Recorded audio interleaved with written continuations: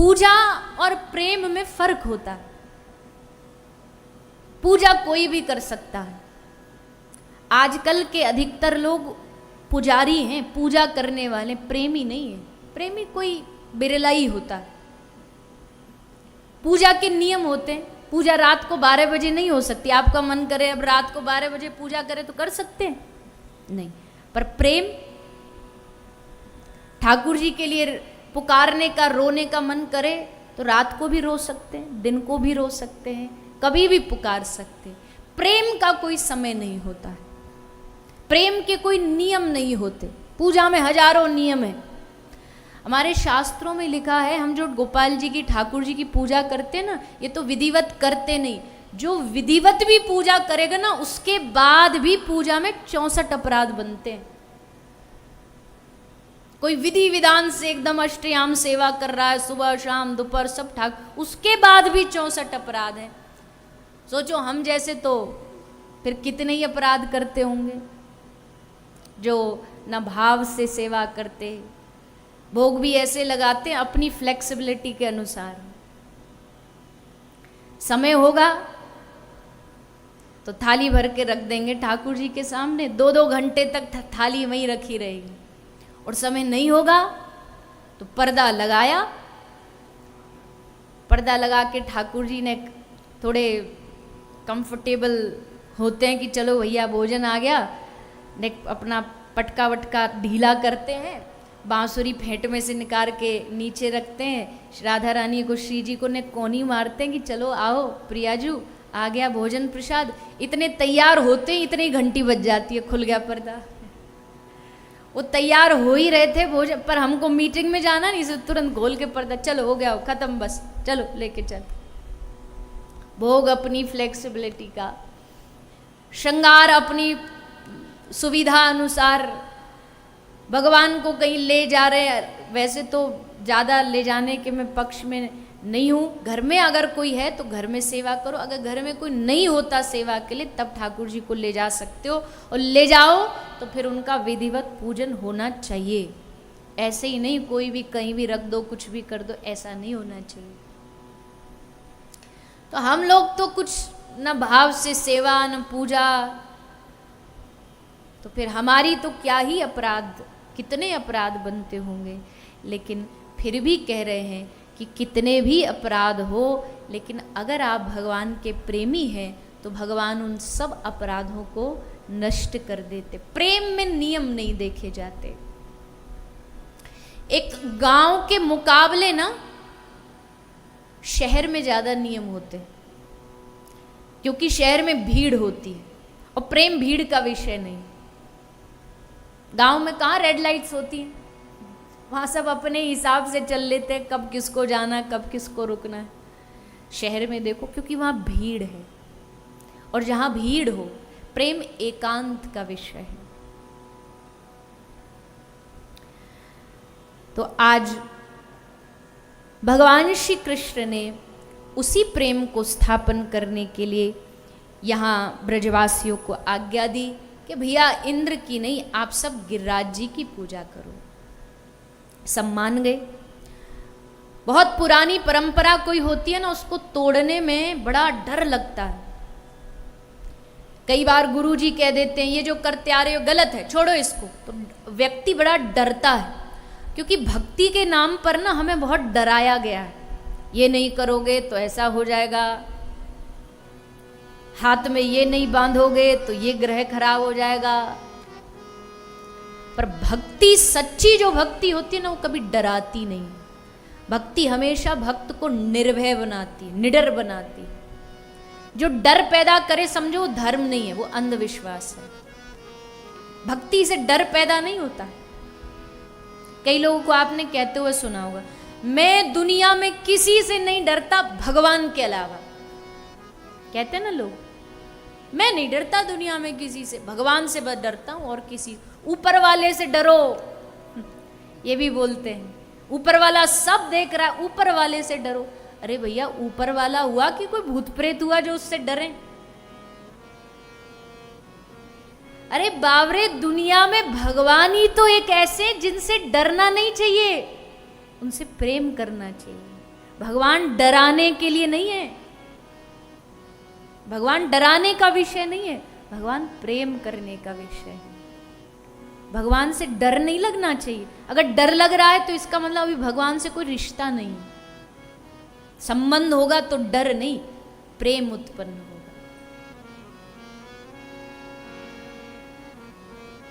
आज का आदमी ना भगवान की भक्ति दो वजह से करता है, या तो लोभ से या डर से। या तो डर है उसे, कथाओं में सुना है भजन नहीं करोगे तो नरक में जाओगे, वहाँ तेल में पकौड़ों की तरह तले जाओगे, उल्टे लटका दिए जाओगे, डंडे पड़ेंगे।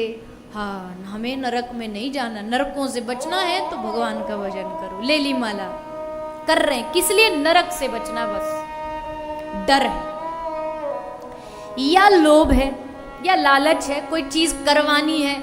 हे प्रभु हमारा बंगला बनवा दे, 2 माला कर रहे हैं तेरे नाम की। हे प्रभु हमारा काम रुका हुआ है, ये काम ठीक करवा दे, ये लालच है। होता नहीं बहुत सारे लोग। इंडिया पाकिस्तान का क्रिकेट मैच हो तब देखो लोगों में कैसी भक्ति जागती है। हर जगह हवन चालू हो जाएंगे, यज्ञ चालू हो जाएंगे, दान चालू हो जाएगा, भारत जीत जाए, भारत जीत जाए। चलो इतने तक तो ठीक था कि राष्ट्र की विजय हो, इसके लिए कोई शुभ कार्य कर, इतना तक तो ठीक था। पर जैसी खबर आती है ना भारत जीत गया, जहां जहां यज्ञ बैठे थे बोले हो गया काम, उठो अब चलो, हो गया खत्म। इतने तक की जरूरत थी, इससे आगे नहीं। ये काहे की भक्ति? इसको आप भक्ति कहते हो? ये भक्ति नहीं है। ये आवरण भक्ति का जैसा है, मतलब बाहर से लग रही है भक्ति के जैसी, पर है नहीं भक्ति। हमारी भक्ति 2 मिनट में, अगर दुख संकट आ गए, इस भगवान को छोड़ो, दूसरा भगवान पकड़ लो, ये भक्ति नहीं। प्रेम हो तो मीराबाई जैसा, लाख विपत्तियां, लाख संकट, पर एक भजन मीरा का, एक पद ऐसा बता दो जिसमें मीरा ने भगवान से शिकायत की। एक पद बता दो मुझे जिसमें मीरा भगवान से शिकायत कर रही हो, हे प्रभु तुम्हारा भजन करके मैं तो बड़ी गलती कर दी, भक्त होके इतने कष्ट दे रहे हो मुझे। भक्तों पर इतने कष्ट आते हैं भला? हम तो भक्त है भी नहीं, 2 माला करने वाले, फिर भी हम कहते हैं अरे भगवान बड़े कष्ट देते हैं। इन महापुरुषों को देखो, पूरा जीवन इनका कष्ट में चला गया, और भगवान से कभी शिकायत नहीं करी।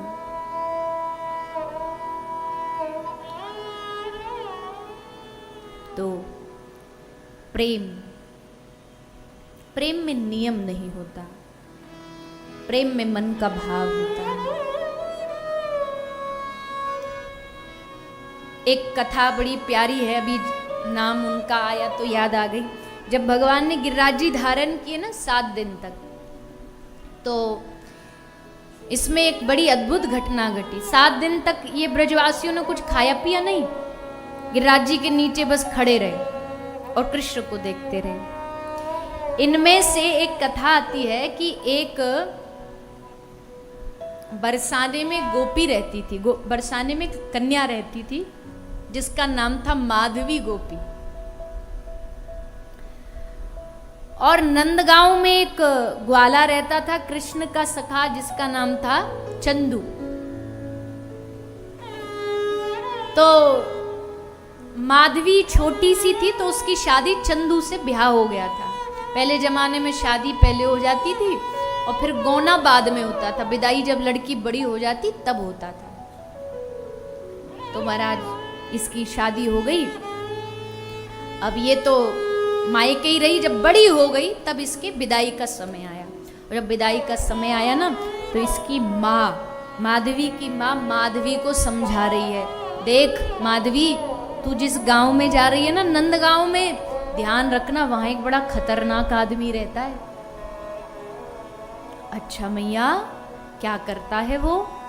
माधवी जो उसको देखे ना एक बार आंखों ही आंखों से ऐसा जादू करता है, उसके मन को चुरा लेता है। अच्छा था, हाँ लाली तुझे कहीं दिख जाए ना तो उसको देखना मत। और मैया देख लिया गलती से तो बोले देख लिया तो उससे बातें मत करना। बोले बातें कर ली तो बोले उसको देख के मुस्काना मत। बोले मुस्का गई तो बोले मुस्का गई तो भी चल जाएगा, लेकिन उसकी बांसुरी को मत सुनना। और बांसुरी भी सुन ली तो बोले फिर तू गई काम से, फिर तेरा दुनिया में कोई इलाज नहीं कर सकता, बच के रहना उससे। अच्छा ठीक है माँ। अच्छा मैया तू ना मुझे थोड़ी रुई दे देना, कहीं उसकी बांसुरी सुन गई मुझे तो इससे बढ़िया मैं कान में रुई लगा के रखूंगी। बोली हाँ बेटी ठीक है। खूब समझा बुझा दिया माधवी को। अब माधवी को आया चंदू लेने और लेकर के बैलगाड़ी में बिठा के जा रहा था। वापस गांव पहुंचा, नंदगांव पहुंचा, और जैसे नंदगांव की बाउंड्री में घुसा ही कि त्रिभंग ललित श्री ठाकुर जी वहां ठाड़े मिल गए। भगवान मुस्कुरा के बोले और भैया चंदू सुनिए तेरा ब्याह है और अपनी नई नई बहू लेके आयो है। अब चंदू ने एक शर्मा तो बोलो हाँ हाँ लाला लाया हूँ, अपनी बहू को ही लाया हूँ। तो दिखा मोड़ो दिखवा हमें। तो ठाकुर जी चंदू इशारा कर रहा है माधवी को, अजी सुनती हो हमारो मित्र है, या को नाम है कृष्ण कन्हैया, या को अपनो मोड़ो दिखाओ। अब तो महाराज जैसे माधवी ने सुनी बताओ, जाते दूर भागने को मैया ने कही वही रोग सामने ठाड़ो मिल गयो। तो माधवी ने जैसे सुनी कृष्ण है, तो अब तक तो इतनो सो घूंघट कर रखो, पर कृष्ण नाम सुन के इतनो लंबो कर लियो, और ऐसे दुबक के छुप के बैठ गई कि नहीं दिखाने नहीं दूंगी कृष्ण को। सो छुपा लिया अपने आप को। कन्हैया बोले क्यों रे चंदू, तेरी बहू में कोई कछु डिफेक्ट है का जो मोड़ो छुपा के बैठी है? आंख ते कछु कानी वानी है का? बोले ना लाला है तो बड़ी सुंदर, पर पतो ना का है गयो, अरे ने दिखा दे मोड़ो। तो बोली ठाकुर जी बोले नहीं दिखाएगी? बोले ना। ठाकुर जी बोले तो ठीक है जा, हम भी आज के बाद तेरो मुंह नहीं देखेंगे। और गुस्सा है के चले गए। गुस्सा है के घर आए। अब देखो ये ब्रज का नियम था, घर में कोई नई गांव में नई बहू आती थी ना, सबसे पहले मुंह दिखाई यशोदा और यशोदा का बेटा ही करता था। लाला को नई बहू को मोड़ो देखने को बड़ा शौक हो। तो मैया बोली चल लाला चंदू की बहू आई है तो दिखा लाऊं। तो बोले खबरदार वा को नाम लियो तो पतो ना कहाँ की अप्सरा आई है, हम ठाड़े हमने इतनी बार कहीं मोड़ो दिखा दे दिखाई नहीं रही, आज के बाद हम भी वा को मुंह नहीं देखेंगे। नाराज रह गए ठाकुर जी। माधवी यही बात मानती रही। जब उसको पता लगता कन्हैया गाय चरा के आ रहा है, सारी ब्रज गोपियां बाहर भागती, ये बाहर से भीतर भागती, दिख ना जाए। बांसुरी सुने तो कान बंद करके बैठ जाए, सुन ना जाए कहीं कान में बांसुरी। मना किया मैया ने, बचती रही बचाती रही, सालों बीत गए बचते बचते। और फिर एक दिन आया जब इंद्र का प्रकोप हुआ, बारिश हुई, तबाही मचने लगी, सब जान बचाने इधर से उधर भाग रहे हैं। और भागते भागते माधवी भी भाग रही है, यहां से वहां से यहां। और उसी भागम भाग में माधवी के सर का घूंघट हटा, और घूंघट हटा तो नजरें कहाँ गई? नजर गई गिरिराज जी के नीचे एक बड़ा प्यारा सुंदर हस्त कमल के समान जिनके हाथ हैं, ऐसा सुंदर हाथ श्री गिरिराज जी के नीचे लगा हुआ है। गिरिराज जी के नीचे जैसे माधवी ने इस हाथ को देखा, हा ये किसका इतना सुंदर हाथ, ये कौन है? नजर दृष्टि आगे बढ़ी, कंठ देखा, ये इतना सुंदर कंठ किसका है? जैसे आगे आगे बढ़ती गई, प्रभु के रूप को देखा और देखते ही खड़ी की खड़ी रह गई।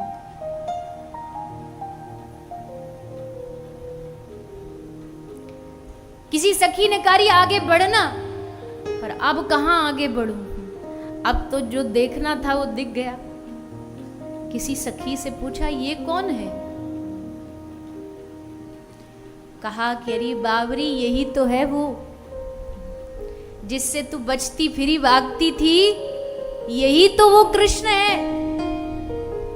हम कहती थी दर्शन कर ले कर ले कर ले, कहती नहीं करूंगी नहीं करूंगी, यही वो कृष्ण है। क्या यही वो कृष्ण है जिससे मैं बचती भागती थी? हाय मेरी माता, ये तूने क्या कर दिया? इतने दिन तक मुझे इस कृष्ण दर्शन से वंचित रखा, इस घूंघट ने मुझे इतने दिन तक कृष्ण दर्शन से दूर रखा, इस लोक लज्जा ने मुझे कृष्ण दर्शन से दूर रखा। इस लोक लज्जा को उखाड़ के फेंक दूंगी, अब कुछ भी आ जाए, इस घूंघट की लाज को आज के बाद अपने जीवन में नहीं रहने दूंगी। और कहते वही माधवी अगले जन्म में जाकर के राजस्थान में भक्तिमती मीराबाई के रूप में प्रकट हुई। सब लोग लज्जा हटा दी, सब लोग लज्जा हटा दी। अब ये घूंघट की लाज नहीं। सास कह रही है तूने हमारे कुल की मर्यादा मिट्टी में मिला दी, पर अब किसकी सुननी? अब तो कृष्ण प्रेम का रंग चढ़ गया। अब जिसको जो बोलना, पागल बोलो, बावरी बोलो, पर मीरा को तो रंग चढ़ गया ना कृष्ण प्रेम का। तो भैया हमारे ठाकुर जी हैं ऐसे। ब्रज में आओ आप, ब्रज के जो प्रेमी रहते हैं ना उनसे मिलो, पूछो भैया आप कैसे आए, अनेक उदाहरण मिलेंगे। भैया हम तो ऐसे घूमने फिरने आए थे, पता ही नहीं था, किसी ने कहा वृंदावन घूमा, हम घूमने आ गए और यहाँ आके ऐसा राधा रमन जी ने पकड़ा, ऐसा राधा वल्लभ जी ने पकड़ा, ऐसा बिहारी जी ने पकड़ा कि उसके बाद कभी लौट ना पाए, कभी घूम करके वापस जा ना पाए। पड़े हैं इसी वृंदावन में कान्हा की बांसुरी सुनने के लिए। एक बार कृष्ण की बांसुरी सुनाई दे जाए कान में, एक बार उनका दर्शन हो जाए।